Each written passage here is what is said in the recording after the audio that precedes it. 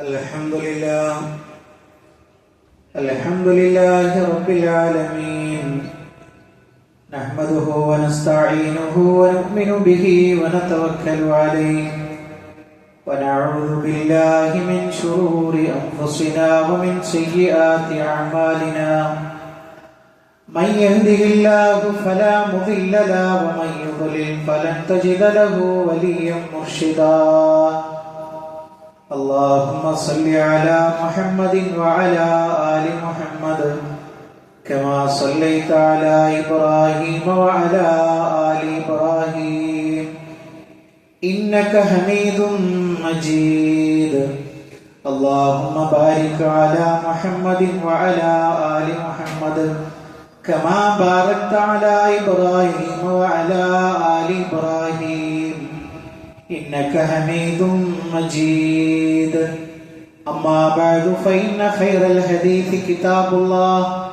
وخير الهدي هدي محمد صلى الله عليه وسلم وشر الأمور محدثاتها وكل محدثة بدعة وكل بدعة ضلالة وكل ضلالة في النار يا أيها الذين آمنوا اتقوا الله حق تقاته ولا تموتن إلا وأنتم مسلمون സ്നേഹമുള്ള സത്യവിശ്വാസികളെ വിശ്വാസിനികളെ ലോകരക്ഷിതാവും പ്രപഞ്ചങ്ങളുടെ പരിപാലകനുമായ അല്ലാഹുവിന്റെ ആജ്ഞകളും നിർദ്ദേശങ്ങളും ജീവിതത്തിന്റെ എല്ലാ മേഖലകളിലും പാലിക്കണമെന്ന് ഉണർത്തുകയാണ്, ഓർമ്മപ്പെടുത്തുകയാണ്. റഹ്മാനായ റബ്ബ് നമ്മുടെ കൂടിച്ചേരൽ ഉഖ്റവിയായ ലോകത്തേറെ നന്മകൾ ലഭിക്കുന്ന അമലുകളിൽ ഉൾപ്പെടുത്തി അനുഗ്രഹിക്കുമാറാകട്ടെ. പ്രിയപ്പെട്ട സത്യവിശ്വാസികളെ, ഹജ്ജിന്റെ മാസങ്ങളിലൂടെയാണ് നമ്മൾ കടന്നുപോയിക്കൊണ്ടിരിക്കുന്നത്. നമുക്കെല്ലാവർക്കും അറിയാവുന്നതുപോലെ ദുൽഖഅദ മാസത്തിലെ അവസാനത്തെ വെള്ളിയാഴ്ചയിലാണ് നമ്മളുള്ളത്. ഈ വരുന്ന ഞായറാഴ്ച ദുൽഖഅദ മാസം 29 എന്ന മാസം കാണാൻ സാധ്യതയുള്ളത് കൊണ്ട് തന്നെ പിറ്റേന്ന് തിങ്കളാഴ്ചയോ ചൊവ്വാഴ്ചയോ മാസം കണ്ടാൽ തിങ്കളാഴ്ചയും അതല്ലെങ്കിൽ 30 പൂർത്തിയാക്കി ചൊവ്വാഴ്ചയുമാണ് ദുൽഹജ്ജ് മാസം ആരംഭിക്കുക. അപ്പൊ നമ്മളെ സംബന്ധിച്ചിടത്തോളം ഇത്രയും കൃത്യമായി നമ്മളൊരു ഡേറ്റുകളും കാര്യങ്ങളും ഒക്കെ പറയുന്നത് ദുൽഹജ്ജ് മാസവുമായി ബന്ധപ്പെട്ട് നമ്മൾ മനസ്സിരുത്തേണ്ടുന്ന ചില കാര്യങ്ങൾ ഓർമ്മപ്പെടുത്താൻ വേണ്ടിയിട്ടാണ്. അപ്പൊ നമ്മളെ സംബന്ധിച്ചിടത്തോളം ഹബീബായ റസൂലുള്ളാഹി സ്വല്ലല്ലാഹു അലൈഹി വസല്ലമ വിശുദ്ധ ഖുർആൻ പാരായണം ചെയ്തുകൊണ്ട് തന്നെ ദുൽഹജ്ജ് മാസത്തിന്റെ പ്രത്യേകത നമുക്ക് പഠിപ്പിച്ചു തന്നിട്ടുണ്ട്. അപ്പൊ നമുക്ക് എല്ലാവർക്കും ഹൃദിസ്ഥമായിട്ടുള്ള ഒരു അധ്യായമാണല്ലോ സൂറത്ത് ഫജ്ർ. ആ ഫജ്റിന്റെ തുടക്കത്തിൽ തന്നെ വൽ ഫജ്ർ വലയാലിൻ അശ്ർ, 10 രാത്രികൾ തന്നെയാണ് സത്യം എന്ന് അള്ളാഹു സത്യമിട്ട് പറഞ്ഞത് ഈ ഒരു ദുൽഹജ്ജ് മാസത്തിൽ 1 മുതൽ 10 വരെയുള്ള ദിനരാത്രങ്ങളെ കുറിച്ചാണ് എന്ന് പണ്ഡിതന്മാരായ ആളുകളൊക്കെയും വിശദീകരിച്ചത് നമുക്ക് കാണാൻ കഴിയും. അത് മാത്രമല്ല, അല്ലാഹു സുബ്ഹാനഹു തആല ഒരു ദിവസം പ്രത്യേകമാക്കി, അങ്ങനെ പ്രത്യേകമാക്കി കഴിഞ്ഞാൽ അതിനെ ബഹുമാനിക്കുക എന്നുള്ളത് മുഅ്മിനീങ്ങൾക്ക് ബാധ്യതയാണ്, നമ്മുടെ ഈമാനിന്റെ ഭാഗം കൂടിയാണത്. അപ്പൊ നമ്മൾ അതെങ്ങനെയാണ് അതിനെ സംബന്ധിച്ചിടത്തോളം നമ്മൾ അതിനെ ബഹുമാനിക്കുക എന്ന് പറഞ്ഞാൽ ആ ഒരു 10 ദിവസങ്ങളെ ശ്രദ്ധയോടുകൂടി കാണണം. അതേപോലെ തന്നെ അതിൽ നമുക്ക് അമൽ സ്വാലിഹാത്തുകൾ നമ്മൾ വർദ്ധിപ്പിക്കണം. പ്രിയപ്പെട്ടവരെ, ആയുസ് കുറഞ്ഞ ഉമ്മത്താണ് നമ്മൾ. മഹാനായ നൂഹ് നബി അലൈഹിസ്സലാമയുടെ ഉമ്മത്തുമായി തട്ടിച്ചു നോക്കുമ്പോൾ 950 കൊല്ലകാലഘട്ടം ജീവിച്ച ആളുകളായിരുന്നു അവർ. അപ്പൊ അവരോട് എങ്ങനെയാണ് നമ്മൾ അമല് കൊണ്ട് ഒപ്പം എത്തുക എന്ന് ചോദിച്ചാൽ അല്ലാഹു സുബ്ഹാനഹു തആല അതിനാണ് ചില പ്രത്യേകമായിട്ടുള്ള ദിവസങ്ങൾ, ചില പ്രത്യേകമായിട്ടുള്ള ആഴ്ചകൾ, ചില പ്രത്യേകമായിട്ടുള്ള മാസങ്ങൾ നമുക്ക് നിർണയിച്ചു തന്നിട്ടുള്ളത്. ഇപ്പൊ നമുക്കറിയാം, പവിത്രമാക്കിയിട്ടുള്ള 4 മാസങ്ങൾ.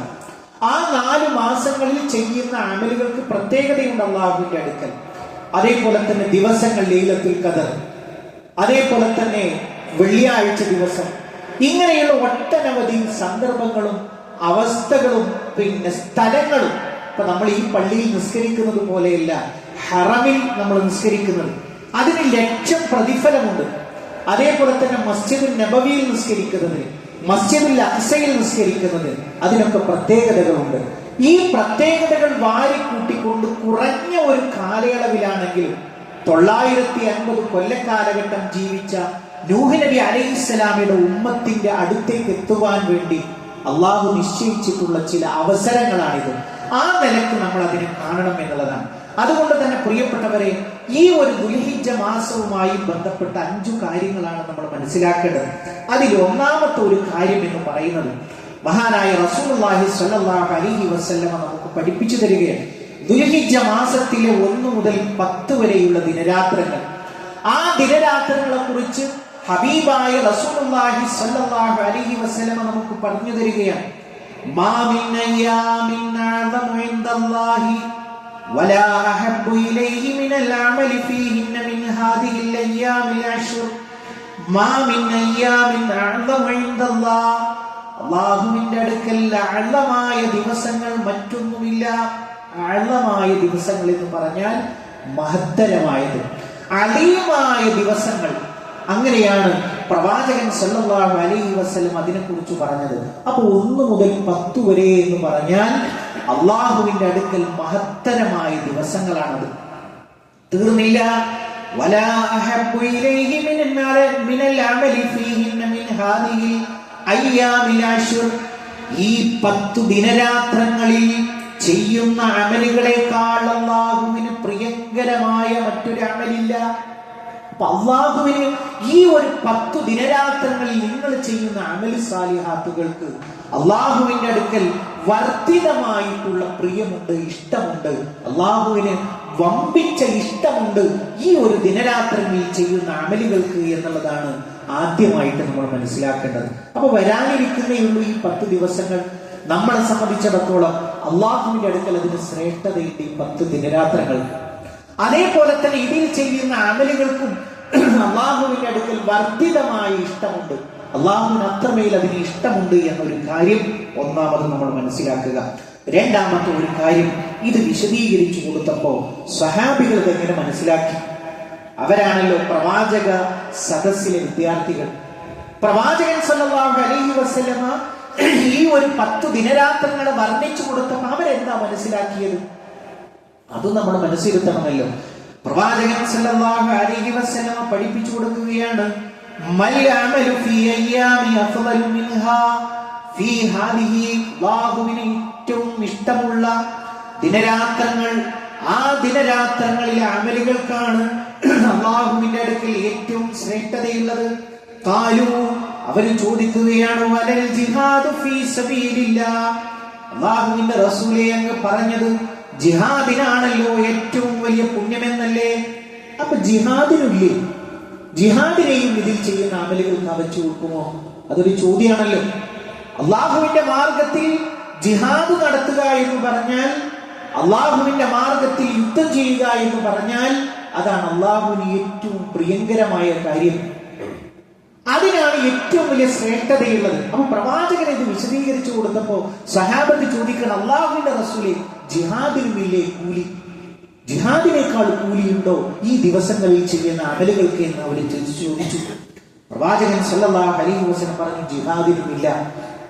ജിഹാദും ഇതിന്റെ താഴെയാണ് വരുന്നത്.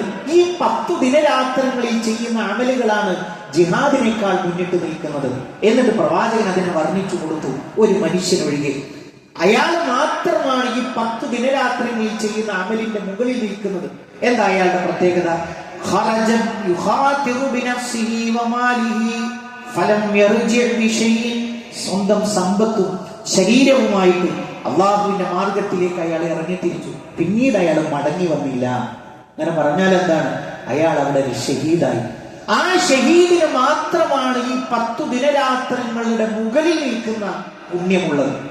അപ്പൊ ആലോചിച്ച് നോക്കൂ പ്രിയപ്പെട്ടവരെ, നമ്മളെ സംബന്ധിച്ചിടത്തോളം ദുൽഹിജ്ജ് മാസം എന്ന് പറഞ്ഞാൽ ഹജ്ജിന് പോകാത്ത ആളുകളെ സംബന്ധിച്ചിടത്തോളം പുണ്യങ്ങളുടെ ദിനരാത്രങ്ങളാണ് നമ്മളെ കാത്തിരിക്കുന്നത്. അതിനെ നമുക്ക് ഫലവത്താക്കാൻ കഴിയണം എന്നുള്ളതാണ് രണ്ടാമതായി സൂചിപ്പിക്കുവാനുള്ളത്.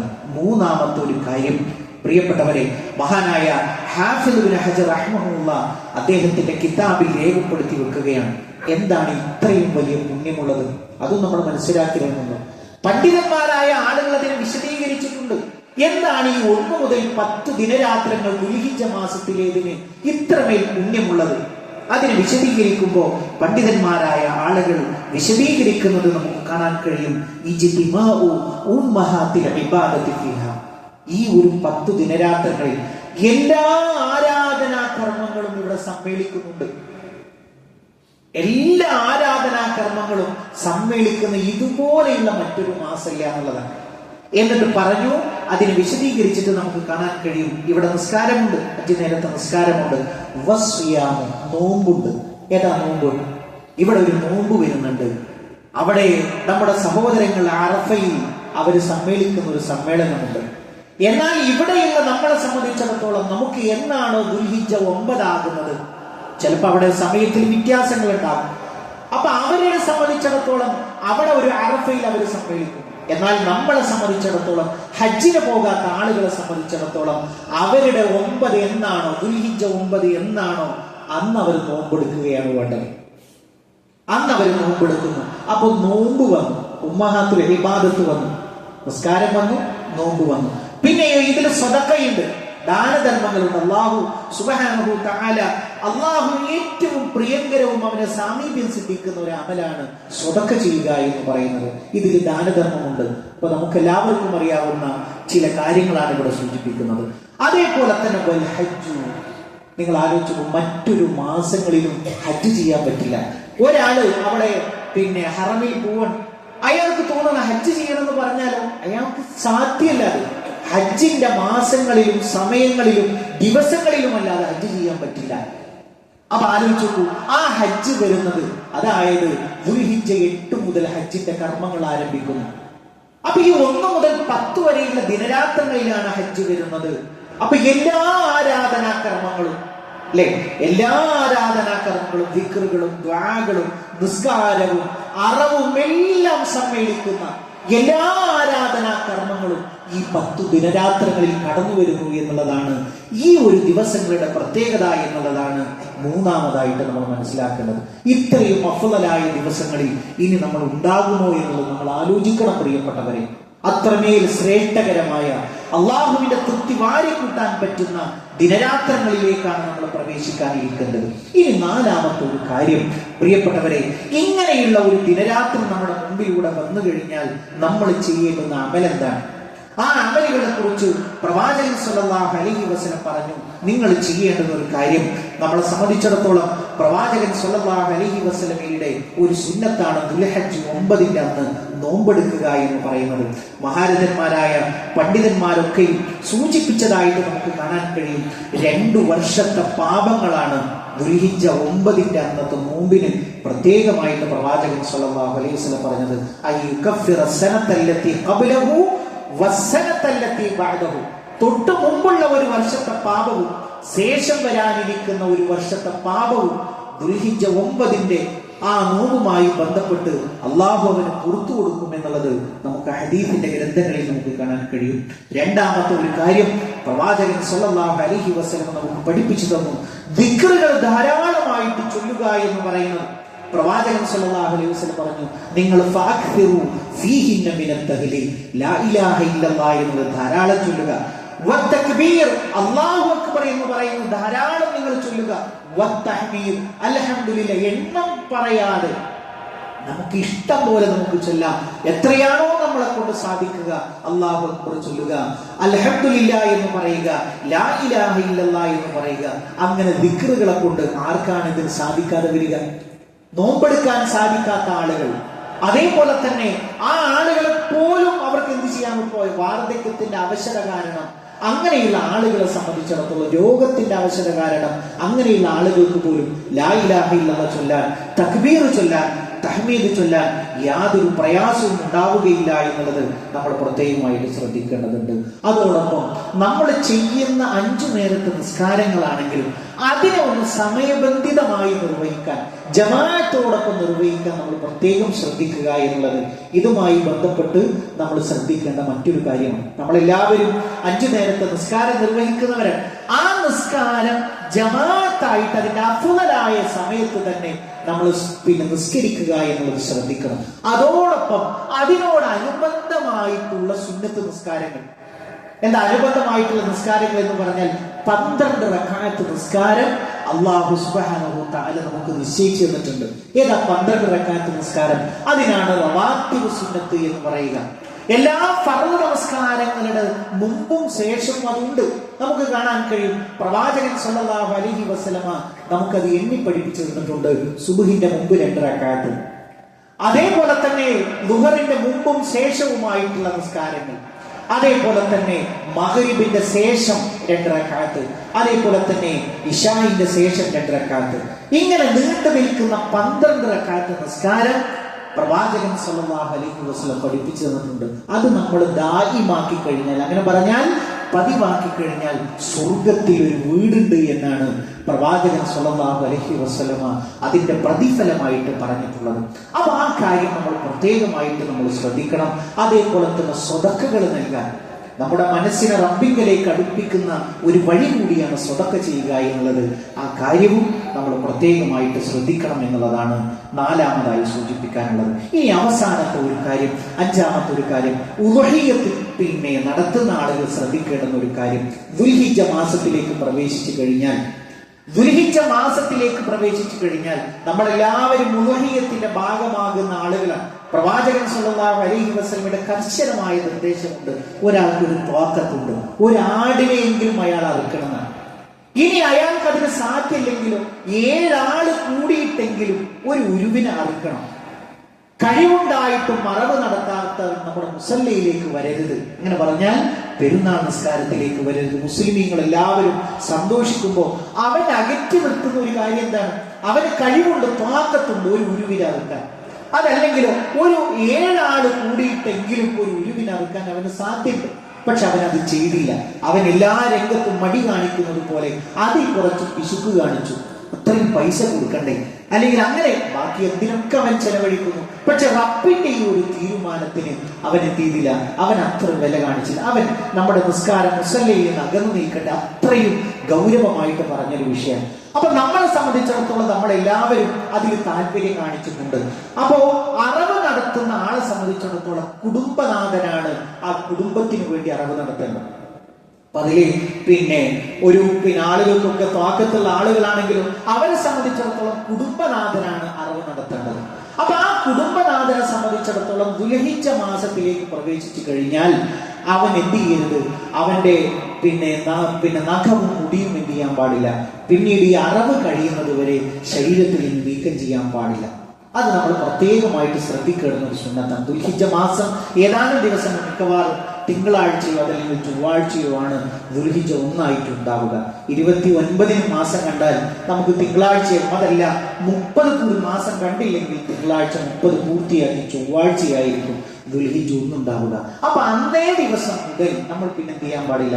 ശരീരത്തിൽ നിന്ന് നഖമോ മുടിയോ നമ്മൾ നീക്കം ചെയ്യാൻ പാടില്ല എന്ന ഒരു കാര്യം കൂടി ഇതിനോട് സാന്ദർഭികമായി നമ്മൾ സൂചിപ്പിക്കുകയാണ്. അതുകൊണ്ട് പ്രിയപ്പെട്ടവരെ, ഈ ഒരു പവിത്രമായ ദിനരാത്രങ്ങളെ അതിന്റെ പരിശുദ്ധിയോടുകൂടി വരവേൽക്കാൻ നമ്മൾ ഓരോരുത്തരും നമ്മൾ ശ്രദ്ധിക്കുക. റഹ്മാനായ റബ്ബ് നമ്മളെല്ലാവരെയും അനുഗ്രഹിക്കുമാറാകട്ടെ.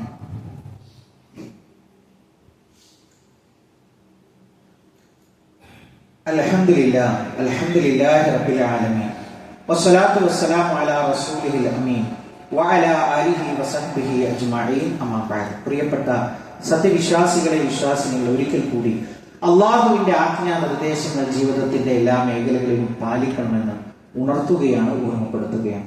പ്രിയപ്പെട്ട സത്യവിശ്വാസികളെ, ഇതിനോടനുബന്ധമായി ഞാൻ നേരത്തെ പറഞ്ഞു നിർത്തിയതിൽ നിന്ന് ആരംഭിക്കുകയാണ്.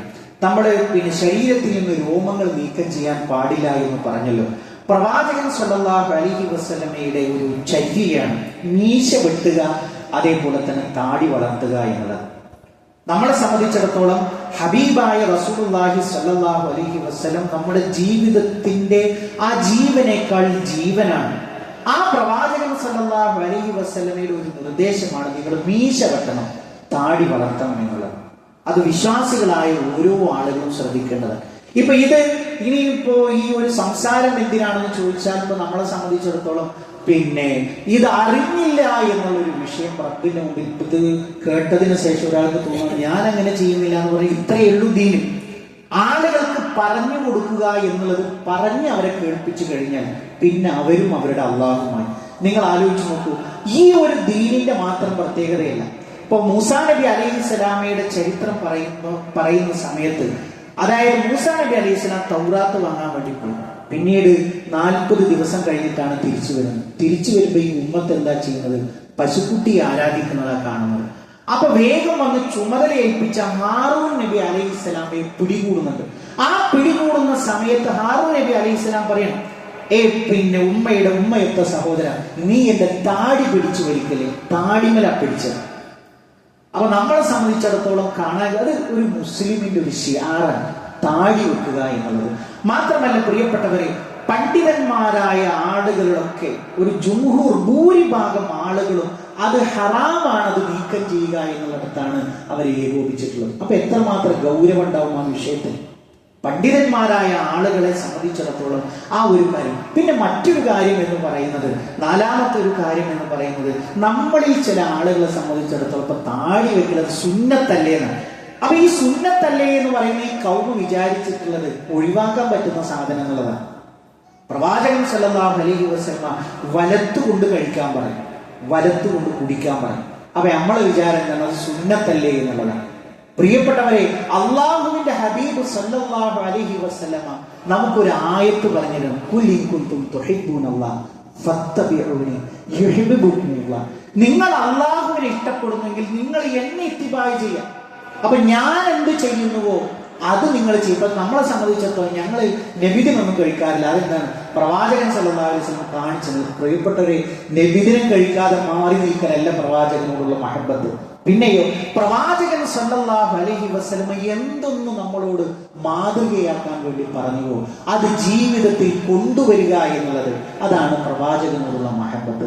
മാത്രമല്ല പ്രിയപ്പെട്ടവരെ, നമുക്കൊരു ചിലപ്പോൾ ഒരു ടെസ്റ്റ് ആണെങ്കിലും, നീ ഇങ്ങനെയൊക്കെ ആണെങ്കിലും അള്ളയും അവന്റെ റസൂലും ദുനിയാവും എന്റെ മുമ്പിൽ വെച്ചാൽ നീ ഏതാ സ്വീകരിക്കുക? അങ്ങനെയാവാലോ. അള്ളാഹു നമുക്കൊരു പരീക്ഷണമായിട്ട് നിന്റെ മനസ്സിലേക്ക് ദീൻ എത്ര ഇറങ്ങിയിട്ടുണ്ട് അത് ബോധ്യപ്പെടുത്താൻ വേണ്ടി അള്ളാഹും റസൂലും തന്നുള്ള ഒരു ടാസ്ക് ആണെങ്കിലും നമ്മളെ ജയിച്ചേ മതിയാവും. പലപ്പോഴും ആളുകൾ ഈ രംഗത്ത് നിന്ന് മാറി നിൽക്കുന്നത് എങ്ങനെയാണെന്നറിയും? മാറി നിൽക്കുന്നത് അതൊക്കെ ഒരു ഭംഗികേടാണ്. അതൊക്കെ രോമൊക്കെ വന്നു കഴിഞ്ഞാൽ ഭാര്യമാര് പറയും, അല്ല എന്താ നിങ്ങളൊക്കെ ഒരു കോലം എന്നൊക്കെ പറയും. അതല്ലെങ്കിൽ ആൾക്കാർ പറയും, ഇപ്പൊ എന്താ എന്റെ മുഖം ഇങ്ങനെ ഇല്ലായിരുന്നല്ലോ. പിന്നെയോ, നമ്മുടെ ഒരു സങ്കല്പം എന്ന് പറയുന്നത് ഇപ്പൊ യൂറോപ്യന്മാര് അവിടേക്കാണ് നമ്മൾ പോകുന്നത്. അവിടെ ദീനും ഇസ്ലാമൊന്നുമല്ല, വളരെ ഇങ്ങനെ ക്ലീൻ ആയിട്ട് മുഖം കൊണ്ടുനടക്കുന്നത്. പ്രിയപ്പെട്ടവരെ, അള്ളാഹു അവന്റെ പ്രകൃതിയിൽ നിശ്ചയിച്ച നമ്മളല്ലാത്ത ജന്തുജാലങ്ങൾ നോക്കൂ. ആണുങ്ങൾക്കാണ് ഭംഗിയുള്ളത്, താടിയുള്ള ആണുങ്ങൾ. ഇപ്പൊ ഒരു സിംഹത്തെടുത്ത് പരിശോധിച്ചു നോക്കൂ, അല്ലേ? ആ സിംഹത്തിലെ ആൺസിംഹത്തിനാണ് ഭംഗിയുള്ളത്. ഇനി അതൊക്കെ ഇവിടെ ഒന്നും വേണ്ട. പ്രിയപ്പെട്ടവരെ, ഇതൊക്കെ തീരുമാനിക്കുന്നത് ആരാണ്? ഇപ്പോ ഈ അടുത്ത് കുറെ നാളുകൾക്ക് ശേഷം കണ്ടൊരു സഹോദരന്റെ മുഖം ഇങ്ങനെ വെള്ളപ്പാണ്ട് വന്നിട്ട് അതിങ്ങനെ പരക്കണം.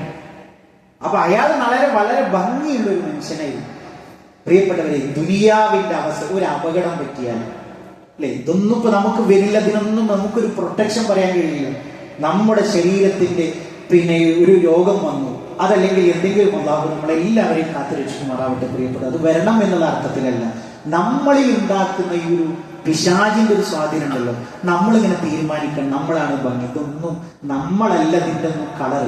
ഈ പെയിന്റിന്റെ ഉടമസ്ഥനല്ലേ, ആർക്കൊക്കെ എത്ര കളർ കൊടുക്കണം, എത്ര കുറച്ചു കൊടുക്കണം, ഈ അടിസ്ഥാന പെയിന്റിൽ നിങ്ങൾക്ക് ഒരു മാറ്റവും വരുത്താൻ കഴിയില്ല.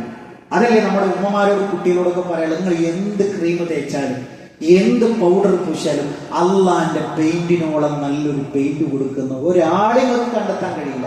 അത് റബ്ബ് തീരുമാനിച്ചതാണ്.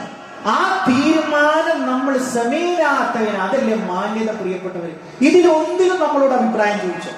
നിന്റെ കണ്ണ് എവിടെയാ വേണ്ടത്, നിന്റെ മൂക്ക് എവിടെയാ വേണ്ടത്, നിന്റെ കളർ എത്രയാ വേണ്ടത്, ഒന്നും അഭിപ്രായം ചോദിച്ചില്ല.